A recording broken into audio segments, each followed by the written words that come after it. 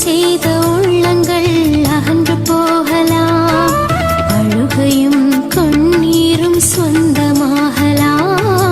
நம்பி சென்ற மனிதர்கள் நகைத்து ஒதுக்கலாம், தனிமையும் வெறுமையுமே என்னை தொடரலாம்.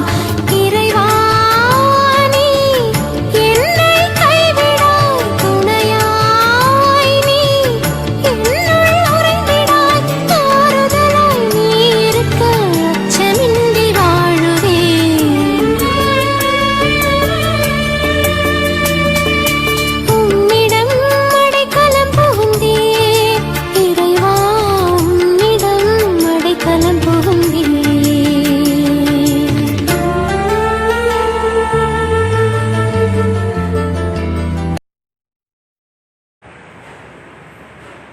விடுதலையின் நாயகனே, எங்கள் எல்லோருடைய வாழ்விலும் உண்மையான விடுதலையை நாங்கள் பெற்று மகிழ, விடுதலையாக எங்கள் மத்தியில் மனிதனாக பிறந்த எங்கள் நல்ல ஆண்டவரே, இந்த அருமையான நாளுக்காக உமக்கு நன்றி கூறுகின்றோம் ஆண்டவரே. கடந்த நாட்களிலே நாங்கள் கொண்டாடிய கொண்டாட்டங்கள், அவற்றின் மூலமாக உம்மிடமிருந்து நாங்கள் பெற்றுக்கொண்ட உம்முடைய கிருபை, பாதுகாப்பு, வாக்குறுதிகளுக்காக உமக்கு நன்றி கூறுகின்றோம் ஆண்டவரே. ஆம், எங்கள் நல்ல தகப்பனே, இந்த நல்ல நாளையும் நீர் ஆசீர்வதித்து, இந்த நல்ல நாளிலே நீர் எங்கள் விடுதலை நாயகனாக வெளிப்படுகின்றீர், உண்மையே நீர் வெளிப்படுத்துகின்றீர் என்பதற்காக உமக்கு நன்றி கூறுகின்றோம் ஆண்டவரே.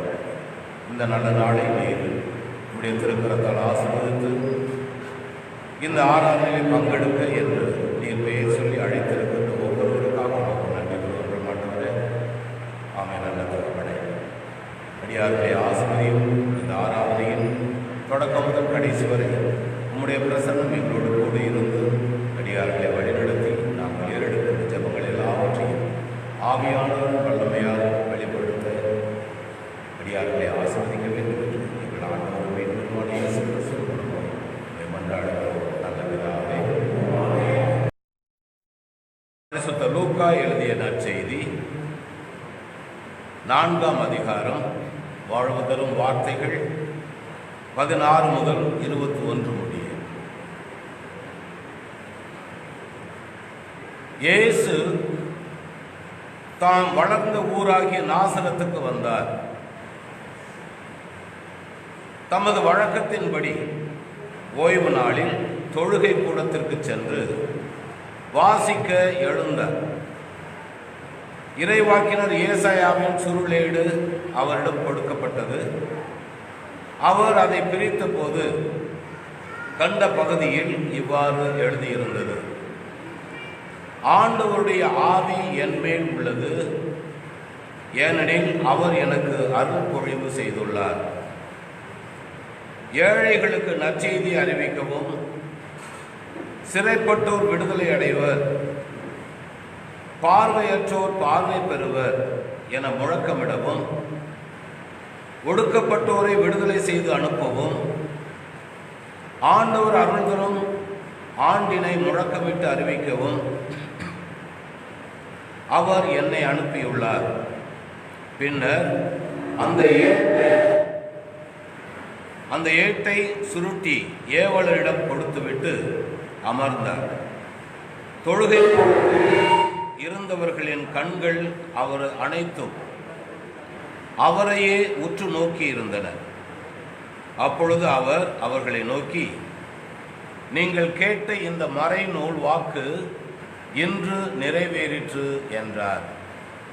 வாசிக்க வேண்டிய சுவிசேஷ வேத பாடம் வாசித்தாயிற்று.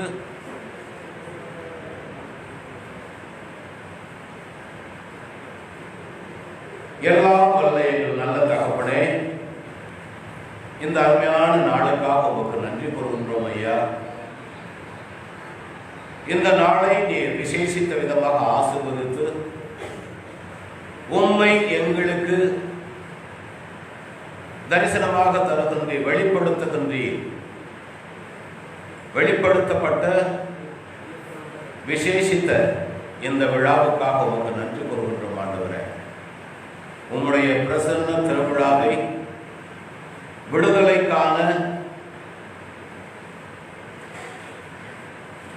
விடுதலைக்கான உம்முடைய வெளிப்பாட்டை நாங்கள் தியானிக்கும் பொழுது, என் நல்ல தகப்பனே, அடியனை மூடி மறைத்து நீரே முழுமையாக வெளிப்பட்டு உம்முடைய சத்தியத்தை வெளிப்படுத்த வேண்டும் என்று கொண்டாடுகின்றோம். கேட்கின்ற சத்தியத்தை நாங்கள் வாழ்ந்து காட்ட ஆவியானவர் எங்களை வழிநடத்த வேண்டும் என்று எங்கள் ஆண்டவரும் இரட்சகருமான இயேசு கிறிஸ்துவின் மூலமாய் மன்றாடுகிறோம் நல்ல பிதாவே, ஆமென்.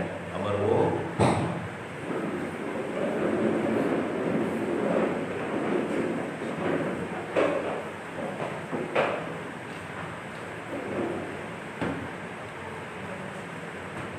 எல்லாருக்கும் ஹாப்பி நியூ இயர் அப்படின்னு சொல்ல முடியாது. அதனால் எல்லாருக்கும் இன்னைக்கு கிறிஸ்மஸ் ஹாப்பி நியூ இயர். இந்த வருடம் எல்லோருக்கும் கடந்த வருடத்தை மாற்றி முழுமையாக மாற்றப்பட்ட புது வருடமாக புதிய புதிய கிருபைகளாலும் ஆசீர்வாதங்களாலும் ஆண்டவர் நம்மை நிரப்புவாராக. இந்த அருமையான நாளிலே பிரியமான சகோதர சகோதரிகளே, நாம் கொண்டாடுகின்ற விழா கடந்த நாட்களிலே 25ஆம் தேதி நாம் ஆண்டவருடைய பிறந்த நாளை கொண்டாடி மகிழ்ந்தோம். இரண்டாவதாக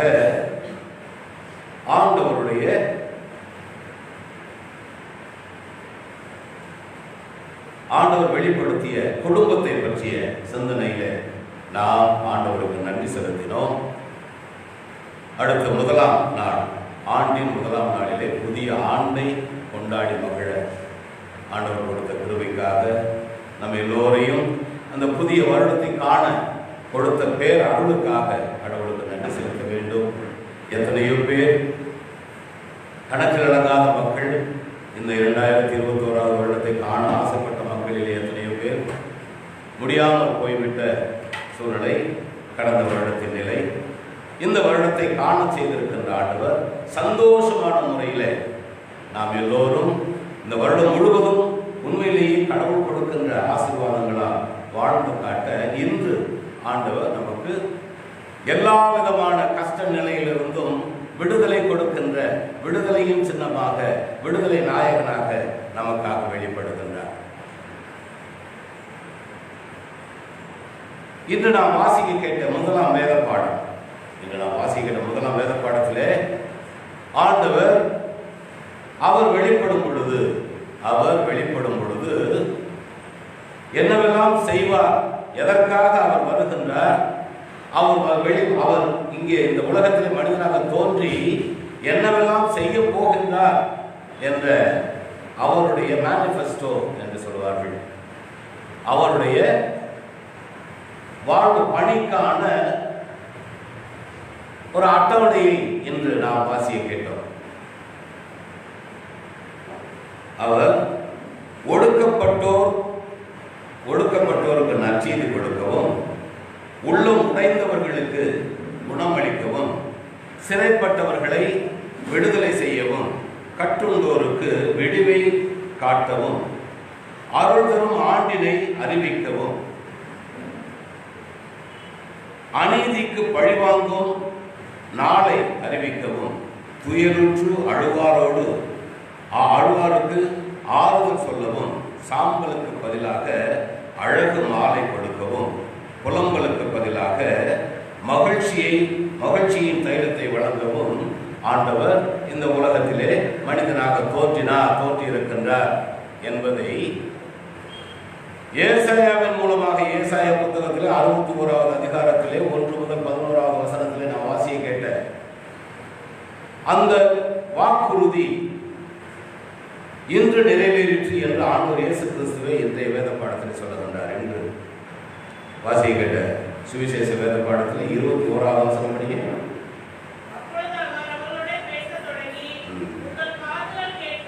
உங்கள் காதுகள் கேட்க இந்த வேத வாக்கியம் இன்றைய தினம் நிறைவேறிற்று என்றார். நமக்கு கொடுக்கப்படுகின்ற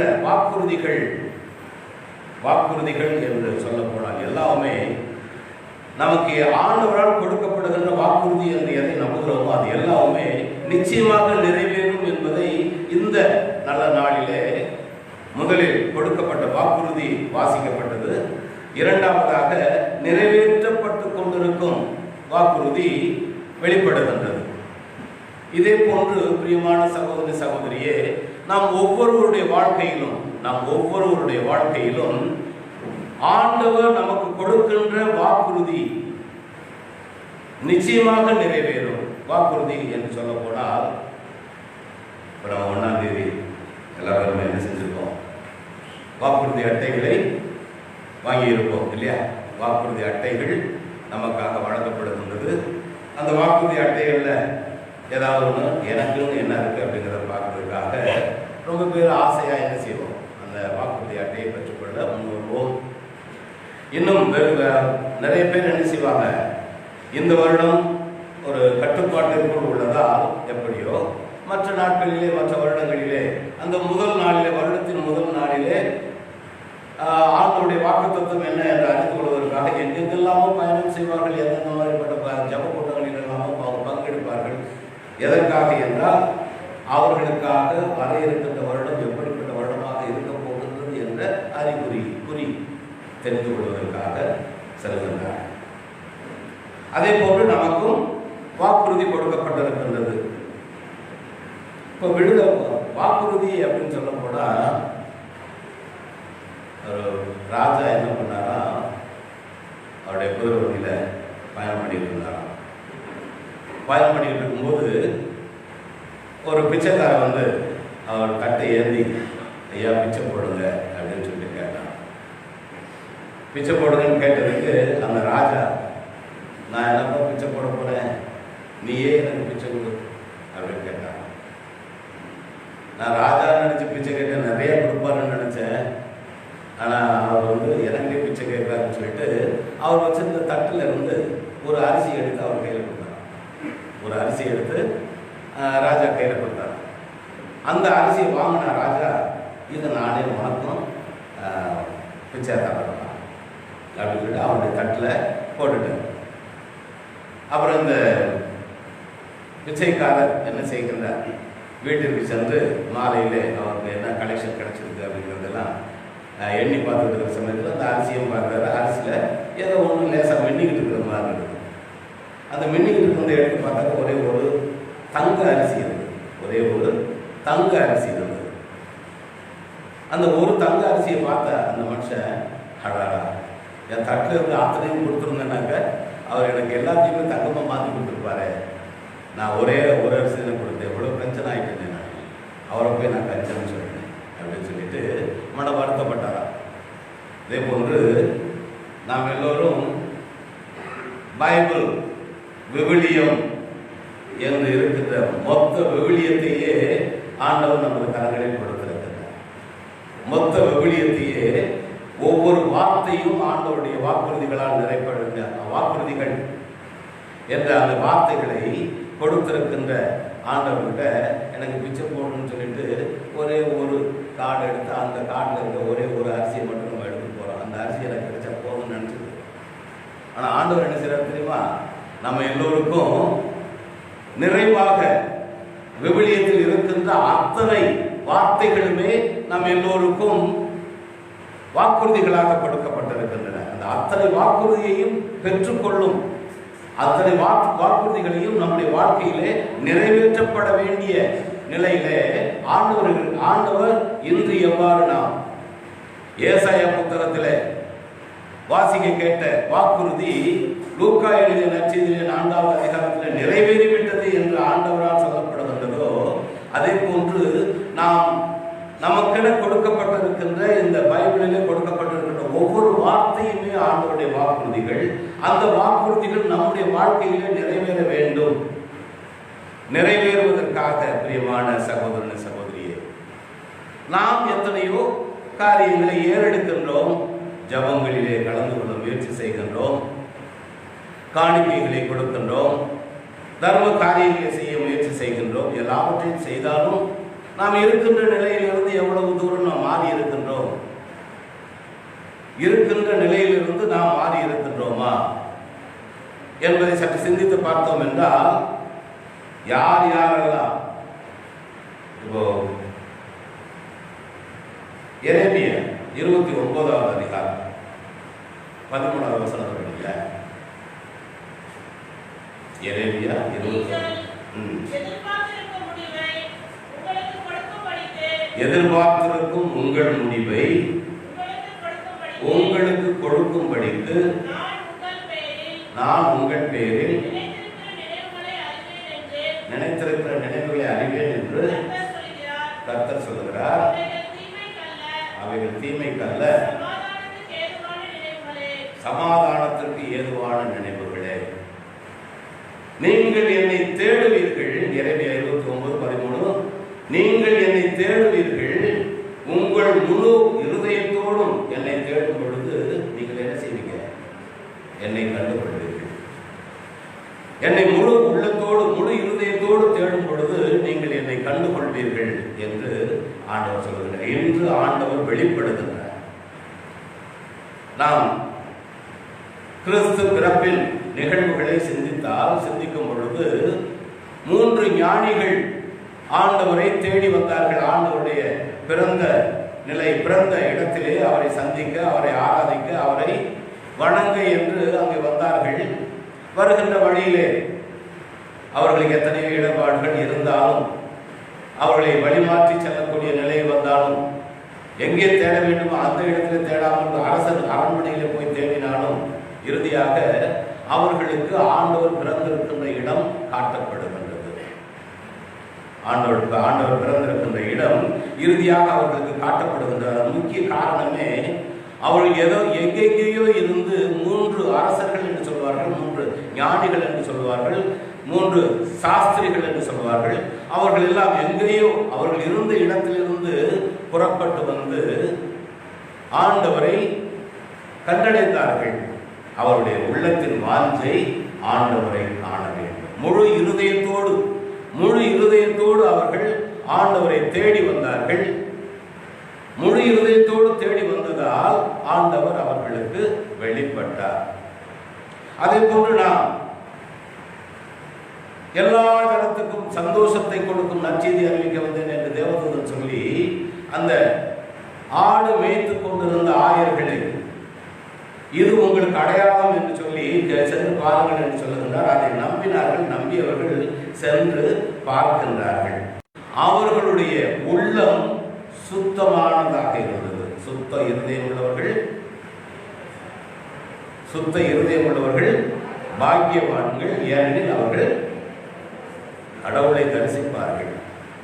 சுத்த இருதயம் உள்ளவர்களாக இருந்தார்கள், கடவுளை தரிசித்து என்று ஆண்டவர் அவர்களை சொல்லுகின்றார். அவர்கள் எல்லோரும் ஆண்டவரை காண வேண்டும், மேசியாவை காண வேண்டும். வருகின்ற மேசியா என்ன செய்ய போகின்றார் என்று நாங்கள் நம்பி இருக்கின்றோமோ அந்த எங்களது நம்பிக்கை முழுமையாக நிறைவேற்றப்பட வேண்டும் என்று காத்திருந்த அந்த மக்களுக்கு ஆண்டவர் தானே வெளிப்படுகின்றார். இன்று நீங்கள் கேட்ட வார்த்தை உங்களுடைய வாழ்க்கையிலே நிறைவேறிவிட்டது என்று சொல்லுகின்றார்.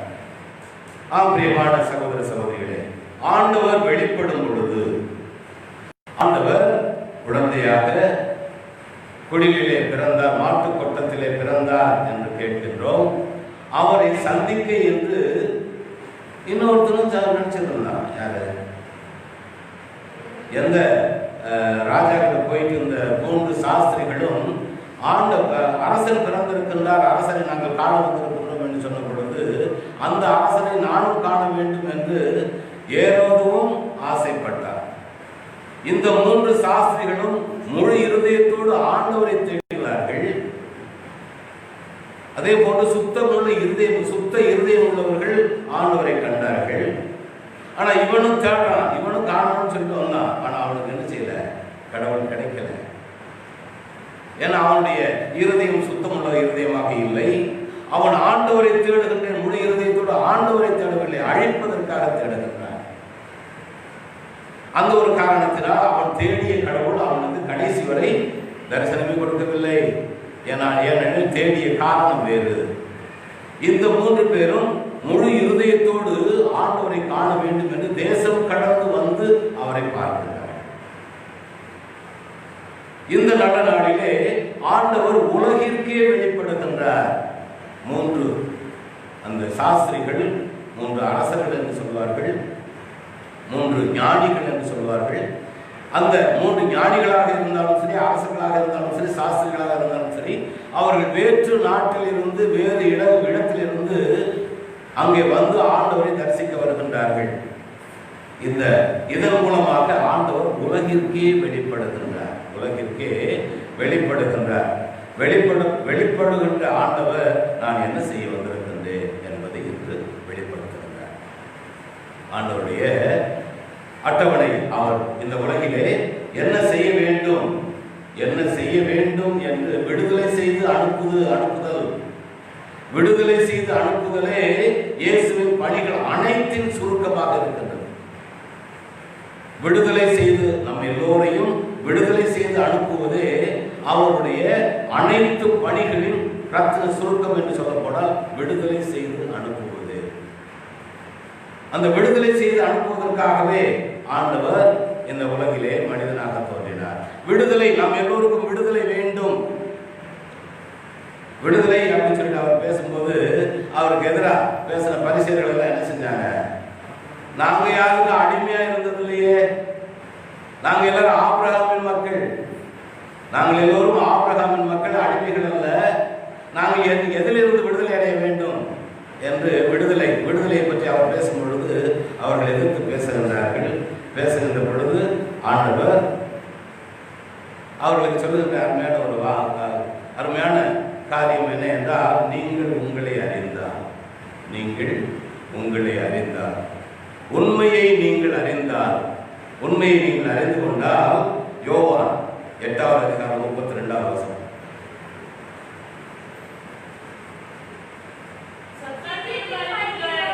சத்தியத்தை நீங்கள் அறிவீர்கள், சத்தியம் உங்களை விடுதலையாகும். உங்களை பற்றிய உண்மையை, உங்களை பற்றிய சத்தியத்தை நீங்கள் அறிந்தால் அந்த சத்தியம் உங்களை விடுவிக்கும். அந்த சத்தியம் நானே. என்னை நீங்கள் அறிந்தால் நீங்கள் முழுமையாக விடுதலை பெறுவீர்கள். அங்கு எகிப்து தேசத்திலே இஸ்ரேல் மக்கள் அடிமைகளாக இருந்த பொழுது அவர்கள் பிசிக்கல் ஸ்லேவரி அப்படின்னு சொல்லணும். உடல் அளவில் அவங்க அடிமைகளாக இருந்தார்கள். மிகவும் கஷ்டப்பட்டு உழைக்க வேண்டிய சூழ்நிலை இருந்தது. அந்த கஷ்டங்கள் எல்லாவற்றிலும் இருந்து அவர்களுக்கு விடுதலை கொடுக்க மோசே கொடுக்கப்பட்டார். அங்கே விடுதலை நாயகனாக மோசே கொடுக்கப்பட்டார். இன்று ஆண்டவர் சொல்லுகின்ற அதே வார்த்தைகளை விடுதலை கொடுக்க ஆண்டவர் இந்த உலகிற்கு வந்தார். யாருக்கெல்லாம் விடுதலை கொடுக்க வந்தார் என்று சொல்லப்படும் பொழுது, ஒடுக்கப்பட்டவர்களுக்கு, உள்ளம் உடைந்தோருக்கு, சிறைப்பட்டோருக்கு, கற்றுண்டிருப்பவர்களுக்கு, அருள் தரும் ஆண்டினை அறிவிப்பதற்கு, நீதிக்கு பழிவாங்குவதற்கு, அநீதிக்கு பழிவாங்குவதற்கு, துயருற்ற அழுவோருக்கு ஆறுதல் கொடுப்பதற்கு, சாம்பலுக்கு பதிலாக மாலையை கொடுப்பதற்கு, நலிவுற்றோருக்கு மகிழ்ச்சியை கொடுப்பதற்காக ஆண்டவர் இந்த உலகிலே மனிதனாக வந்திருக்கின்றார் என்ற உண்மையை ஆண்டவர் வெளிப்படுத்துகின்றார். அந்த சத்தியம், என்னை நீங்கள் அறிந்தால் உங்களுக்கு விடுதலை கிடைக்கும். அன்று அவர்களுக்கு கொடுக்கப்பட்ட உடல் அளவுக்கான விடுதலையாக இருக்கலாம் விடுதலை. இன்று ஆண்டவர் கொடுக்கின்ற வாக்குறுதியின்படி விடுதலை முழு மனிதனுக்கும் முழுமையான ஒரு விடுதலையை கொடுப்பதற்காக. நம்ம கூட என்ன 1947 வருஷத்துல என்ன கிடைச்சது? நமக்கு எல்லாம் சொல்லுவோம், சுதந்திரம் கிடைச்சது, விடுதலை கிடைச்சதுன்னு சொல்றோம்.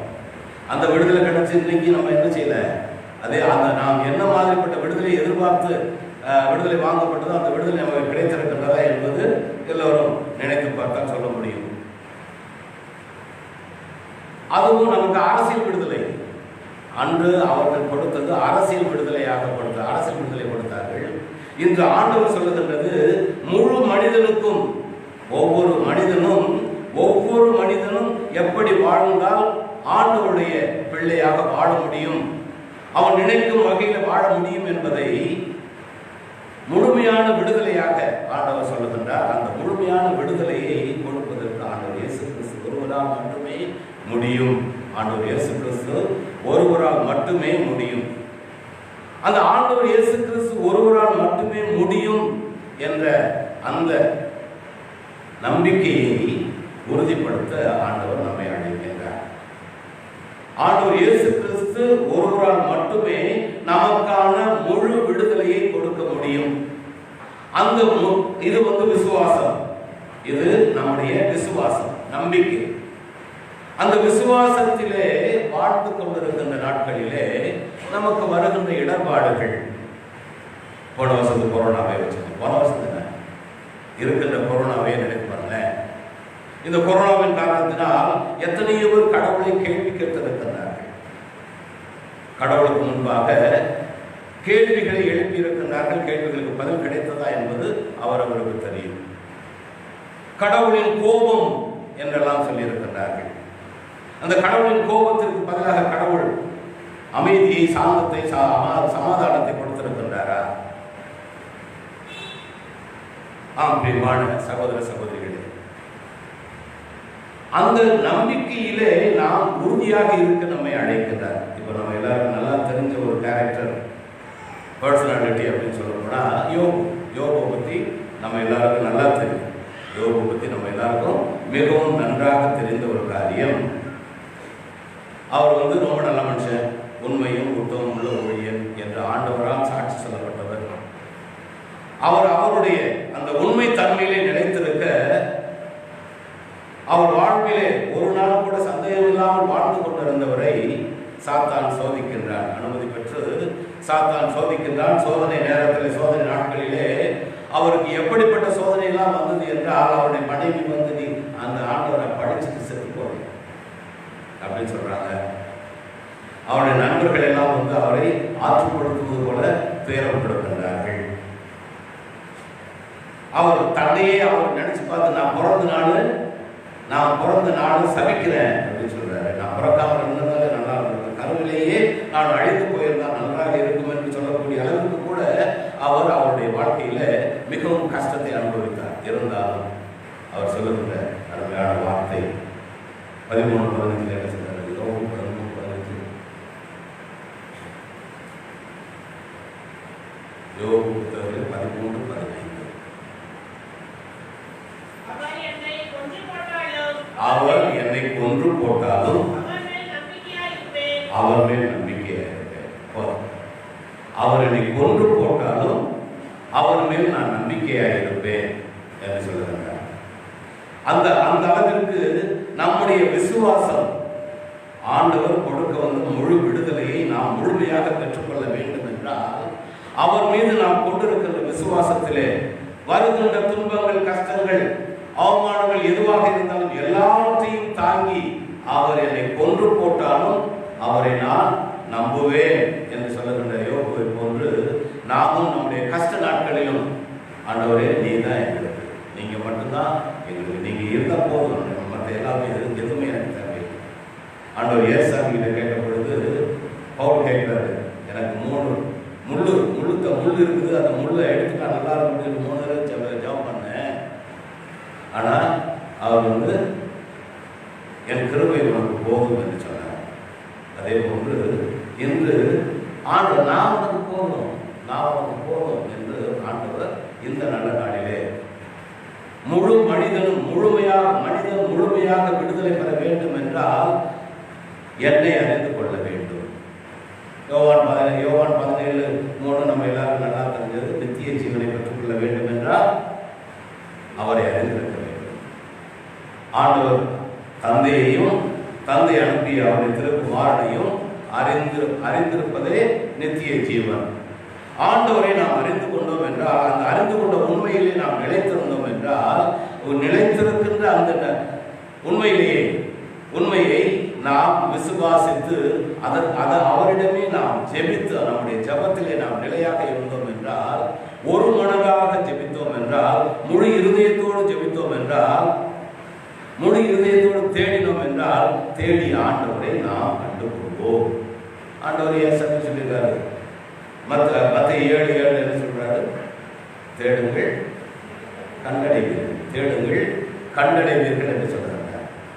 தேடுங்கள் கண்டடைவீர்கள். எப்படி தேடணும்? முழு இருதயத்தோடு தேடணும். முழு இருதயத்தோடு தேடினால், இருதயத்தில் சுத்தமுள்ளவர்களாக நாம் தேடினோம் என்றால், வருகின்ற கஷ்ட நஷ்டங்கள் எல்லாவற்றிலும் மத்தியிலும் கடவுள் எனக்கு போதும், இந்த கஷ்டங்கள் எல்லாம் எனக்கு என்னை கொண்டு செய்ய முடியாது என்று சொல்ல முடிந்தால், அதே இது யோபு 42வது அதிகாரம் 3வது வசனம் படிங்க.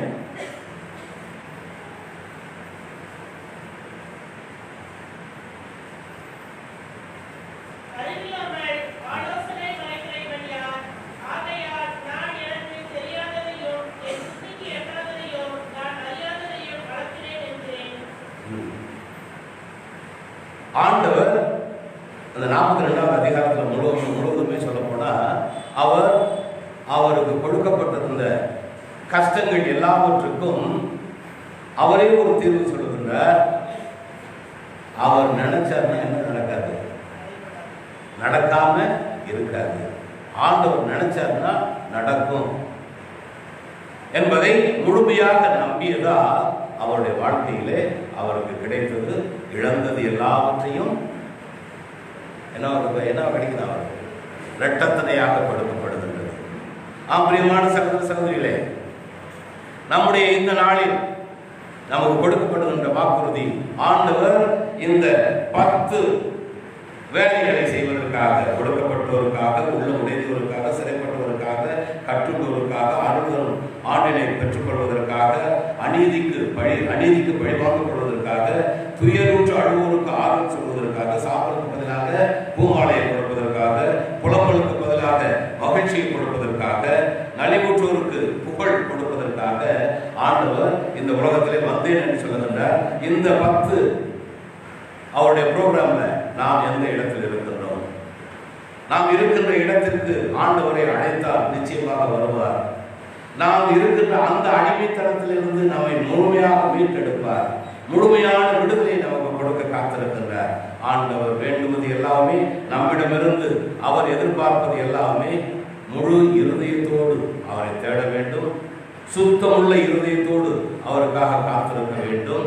நாம் ஏறெடுக்கின்ற காரியங்கள் எல்லாவற்றிலும் அவரே எல்லாம் என்று அவரை பற்றிய சத்தியத்தை நாம் அறிந்து கொண்டோம் என்றால், அந்த சத்தியம் நம்மை விடுதலையாகும். அந்த விடுதலையாகும் சத்தியம் நம்மை தேடி வந்திருக்கின்றது. அந்த வந்திருக்கின்ற சத்தியத்தை முழுமையாக ஏற்றுக்கொண்ட சத்தியத்திலே நாம் நிலைத்திருக்க ஆண்டவர் நம்மை ஆசீர்வதிக்க இந்த நல்ல நேரத்திலே ஜெபம் செய்வோம்.